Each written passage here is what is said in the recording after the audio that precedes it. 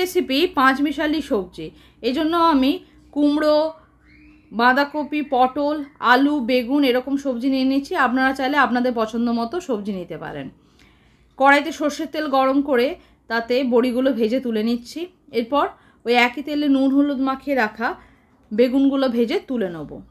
তেলে 5 ফোড়ন আর শুকনো লঙ্কা ফোড়ন দিয়ে কেটে রাখা বাকি সবজিগুলো দিয়ে নুন হলুদ দিয়ে ভালো করে ভাজা ভাজা করে নেব। এরপর এর মধ্যে ভিজিয়ে রাখা ছোলা অ্যাড করে দেবো। সব কিছু ভালোভাবে মিশিয়ে ঢাকা চাপা দিয়ে 10 মিনিট মতো রান্না হতে দেবো। এতে কিন্তু একটুও জল পড়বে না, সবজির জলেই গোটা রান্নাটা হবে। 10 মিনিট পর ঢাকনা খুলে দিয়ে গ্রেট করে রাখা আদা আর কাঁচা লঙ্কা দিয়ে ভালো করে মিশিয়ে আবার ঢাকা চাপা দিয়ে 15 মিনিট মতো হতে দেবো। 15 মিনিট পরে দেখুন সব সেদ্ধ হয়ে এসছে। এরপর এর মধ্যে ভেজে রাখা বেগুনগুলো দিয়ে মিশিয়ে নেব। তারপর একটু চিনি দিয়ে দেবো ভাজা মশলা আর ভেজে রাখা বড়িটা। সব ভালো করে মিশিয়ে নামানোর আগে একটু কাসুন্দি দিয়ে দেবো। এটাই এই রান্নার সিক্রেট ইনগ্রিডিয়েন্ট। ব্যাস রেডি আমার পাঁচমিশালি সবজি।